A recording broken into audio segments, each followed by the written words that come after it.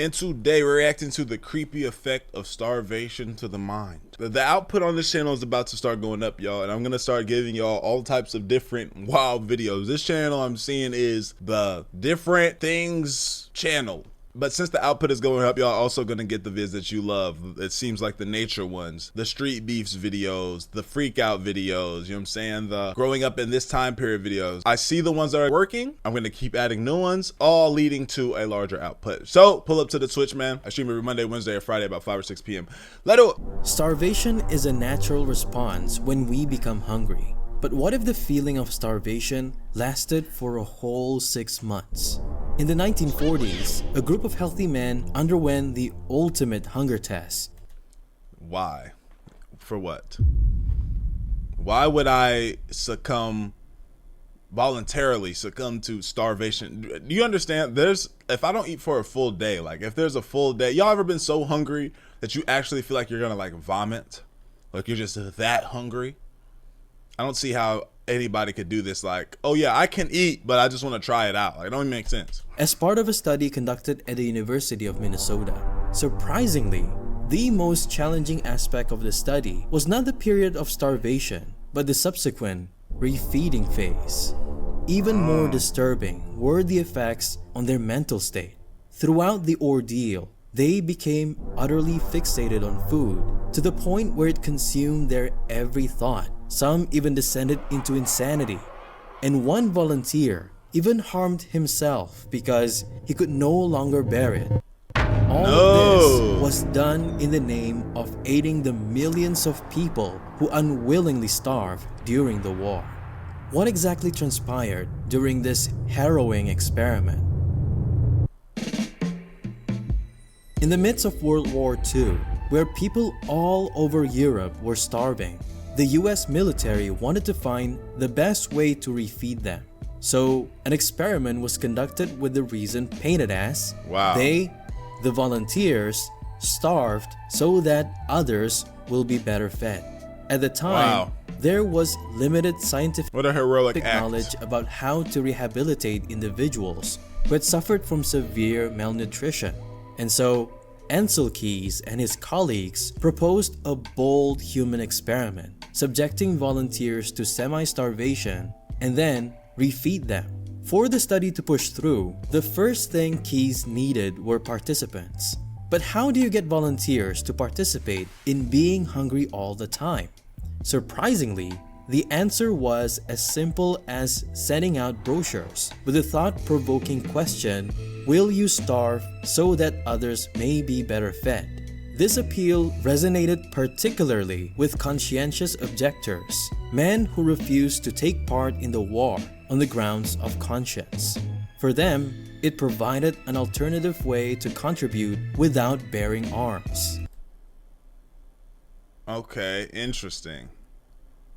Okay, so niggas that didn't want to be out there in the field for real was like, shit, okay, I still want to help out somehow. This is how I can help. I'll go in without eating. So thing is I'm not doing this without some sort of payment. I need some money for this, a large amount. We all conducting experiments. I don't ever want to be in no situation where niggas are conducting an experiment on me. We just want to see how, you know, shit reacts to the reaction of what this look like. I don't want to be in that position, ever. In the end, 36 able-bodied men were chosen from a pool of conscientious objectors. Well, I mean, I was gonna say only white man would agree to this shit, nigga. Niggas was probably fucking getting beat up somewhere. The study had 5 phases in total, each lasting 12 weeks. I swear I have premium. I swear I do. It's just I accidentally forgot to put it on the premium account. I do have it. I have it. Just wait half a second, y'all. Just wait half a second. Phase served as the baseline to establish their normal physical and mental state. They were given the same diet but were suited according to their body requirements. At this phase, the staff measured every part of their body imaginable, such as weight, height, stomach size, eyesight, hand-eye coordination, bone density, and lung capacity. And samples were also taken, such as urine, stool, sperm, and bone marrow. Their usual mood and What I need my sperm for? personality were taken note of as well. While the first 3 months were easily manageable, they were simply doing their normal routine anyway. But the same cannot be said for the following 6 months. The first 3 months was easy. I don't know how that's possible, bro. Honestly, I don't know how 3 months of no nutrients, or like, very little nutrients, is easy. On the 12th of February 1945, the phase of semi-starvation began, marking the start of the experiment's true horrors. They were only given 2 meals a day out of 3 different menus. Okay. The meals they were given were cycled each day and start over again once they finish each cycle. The menus were Thursday. Wait. Oh, hold on. Designed to be monotonous. Hold on. What is that? Let me see. So, Monday, Tuesday, Wednesday. Okay. And I got Cycled each day out of 3 different menus. They were only given 2 meals a day out of 3 different menus. Okay. The meals they were given were cycled each day and start over again once they finish each cycle. The menus were designed to be monotonous and similar with the food found in Central European countries during famine, which consists of whole wheat, bread, potatoes, cereals, turnips, and cabbages, and a small amount of dairy and meat were also added. Diet is Approximately horrible. half of their caloric needs were cut off from their meals during the entirety of this period. The goal of this was to simulate famine, which was faced by the people during the war. But in I just know that soup wasn't hitting for shit. I just know whatever he sipped right here wasn't hitting for nothing.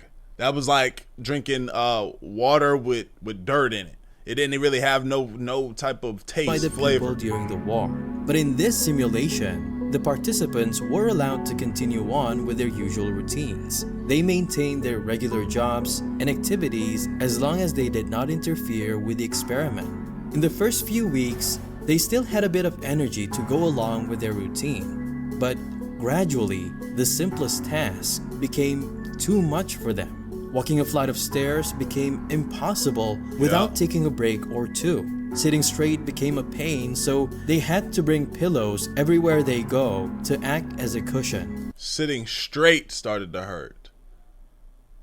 All right, let me out the experience, y'all. I can't sit down. My ass is hurting. Go ahead, let me up. Let me out the. I need to get back to the regular world.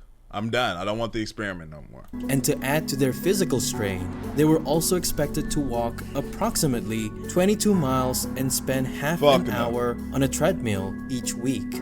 It became too much for them that they would run to the point of collapse. All they wanted to do was lie down in the sun and wait for the 6 months to be over. Yeah, it makes sense. It makes sense, bro. You know how, and you be sleepy as shit because food is fuel. It's legit fuel. You know what I'm saying? So you dead ass be tired. You be sleepy. You know what I'm saying? Like, you don't want to do nothing. You can't do anything. One of the men, Jay Garner, said, "We would go into a restaurant and order just a cup of coffee and sit and watch other people eat. And it bothered us to see people come in, only eat half of their food and just leave the other half." They tried to find ways to cope with their hunger, but it all revolved around the obsession of food. One volunteer took great interest. How could watching other niggas eat food and leave it on the table cope with hunger? Nigga thought the people saying, this is so good, was gonna help fill their stomach up? No, nigga. That's just gonna piss me off. I'm being that hell mad as fuck. Hey, y'all didn't finish that. We know, sir, we're not very hungry. We're not really that hungry. We just wanted to get something quick. Y'all need to come finish this. I'm gonna be mad as hell in there. They'll be like, sir, you're gonna have to leave. In collecting cookbooks to drool over. Their obsession over video food making me hungry as also shit. muted their desire for women. While some of the men continued to pursue romantic relationships, Hell no. in reality, none of them truly felt any interest in them. The ones who maintained their dating life was in reality competing with one another of who can date the longest. Sometimes they would go watch a movie, but comedic scenes were no longer funny and love scenes were boring. Can you guess which scene is the best for them? the parts that involve people eating. When it was mealtime, each and Nigga can't talk about how good some shit smell and taste. Nigga talking like a big person. He talking like a fat nigga. That shit look good as hell. You would have thought the nigga was fat the way he was. That look good, boy. You know how I got this cousin. No, I got an uncle big as shit. Every time we do anything, that look. I can't wait to. Always saying and shit. This was them, but they was skinny as hell. and every one of them had their own way of savoring their food. Some chose to eat it as quickly as they can and not have to think about it, whilst others chose to eat it as slow as possible, savoring each bite. Remember how the food definitely was eating designed fast to be type of nigga. monotonous? Well, the volunteers didn't really care whether or not it was monotonous. As long as it was food, everything tasted delicious. What's monotonous, One of the y'all? volunteers even said, even the dirty crust of bread in the street looked appetizing, and we envied the fat pigeons pecking at them. About 2 months into the experiment is when the study started to get into their heads. Some of the men started to break down. They completely lost control over themselves. One man went to a grocery shop but didn't buy anything. He shoplifted. What the man took were potatoes, carrots, and onions, root vegetables that were the basis of their diet, and stuffed himself. Another man, coming back from his 22 miles walk downtown, stopped by an ice cream shop to order a dish of ice cream. Once he started eating, he couldn't stop himself. Yeah. So he ordered some more on his way to the lab over and over again. I just can't. I can't. I need it. Yo, this is crazy. Niggas' brains, bro. Bro, I couldn't have did this. I would have smelled just any liquor, anything, and been like, I can't. Get off of me. I gotta keep going. Again, until he reached the lab to report that he had failed to maintain his diet. What these men were experiencing were the decline to reason rationally, and thus the men were either removed from the experiment or dropped from the final results for cheating. You know what's crazy, bro? You know what's crazy? We be looking at homeless niggas on the street, right? People on the street like, man, what's wrong with him? He crazy. What's up with this nigga? Bro, do some of them be doped out? Yeah. Do some of them just be downright crazy? Yeah. But we don't ever think, damn, some of these niggas just might be hungry as shit. I remember one day I was in my car, bro. 2 times I was eating some canes. It was all happening the same day. I was eating canes in the whip.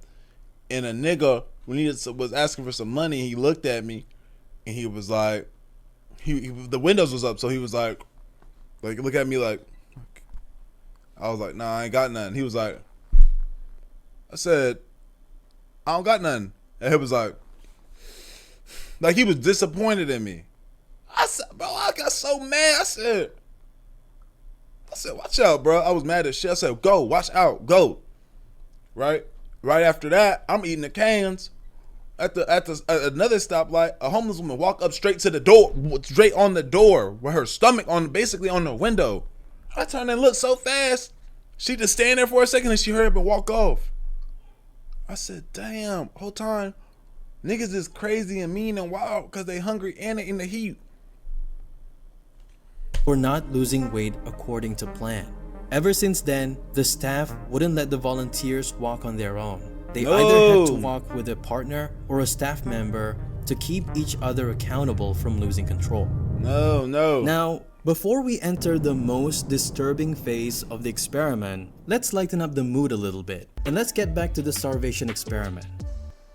On July 29th, 1945, as the starvation phase was coming to an end, the men's anticipation grew as they couldn't wait to eat normally again, because what comes after the starvation phase is the 3-month rehabilitation phase. To their surprise, however, their suffering intensified even further. That wasn't much of a during bit this period. of a break. It ended up being psychologically the hardest phase for most of the men. The participants were put on a very limited increase in calories, which was excruciatingly disappointing for them. Rather Y'all than playing. gaining That's weight what I'm at the saying. beginning of the phase, they continued to lose weight as their bodies slowly recovered and replenished with healthy tissue. This led to Shit. feelings of despair and confusion, to the extent that one volunteer could not explain his actions even after 50 years. One such incident involved Sam Legg and his fellow participant who were visiting friends for dinner during their rehab phase. Carrying their own pre-measured food from the lab, they sat beside a fireplace on a late summer evening. As the fire started to die down, Sam suddenly stood up, claiming he knew where the wood pile was and that there was an axe outside. He said he needed to split some wood to add to the fire. Being just the third week of rehabilitation, Sam Legg weighed only about 113 pounds and could hardly lift the axe.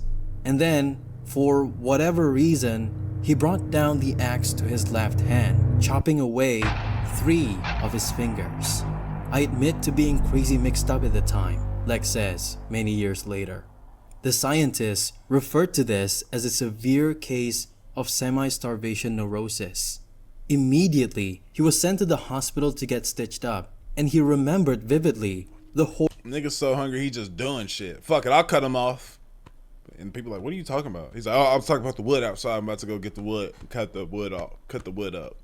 Nigga the whole time talking about his damn fingers. horror on the young hospital staff's face as she thought he ate them, but in reality, he buried them in a backyard in Minneapolis. Reports from the experiment noted he that was just Legg doing was shit. desperate to end the ordeal, but at the same time was also despondent about the prospect of the study not succeeding.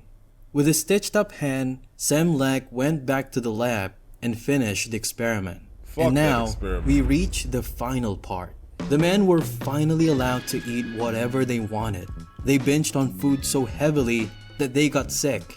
This phenomenon was similar to what was observed in survivors of the concentration camps. Although it was the end after 3 months of rehab, the men gained weight so slowly that they were still underweight by the end of it. General Eisenhower Yeah, so now how does it, so tell me how this helped the people in fucking Europe. informs me that the forces of Germany have surrendered to the United Nations. The war came to an end unexpectedly early. The whole point of the experiment is to serve the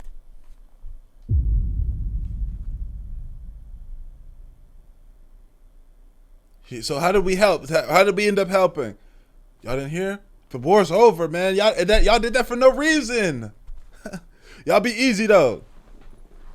Like, nah, hell nah. Somebody's gonna learn from, somebody needs this help. You know what I'm saying? I'm gonna get mad. I'm gonna start up and stick on everybody now. Y'all not leaving, bro. Somebody needs to get help from this. millions who became victims of the war. The announcement of Japan's surrender interrupted the men while they were eating. The food was the important thing. We did not care whether the war was over or not, as Fuck long that as we war. got our food. Germany surrendered in May and Japan in August, months away from the deadline of the experiment. The US military was desperate for answers from Dr. Keyes, and he Hell could no. only give tentative answers about what he knows in the study so far. In the end, the battle against post-war world hunger was largely fought without the findings of the Minnesota starvation experiment. This story seems to have no shortage of twists, as even at the end of the experiment, since the test subjects were conscientious objectors, the US government never paid them. And since they were not soldiers, they did not qualify for veterans' benefits as well. These men have fought their own battlefield. In their own way, they served their country and sacrificed themselves while doing so. These niggas are stupid. And that's what I think. That's all I think. That being said, we gone. I got another video to do. Like the video, so comment, binge, the channel. I appreciate it. Great for y'all. We gone. Dumbest experience in the world.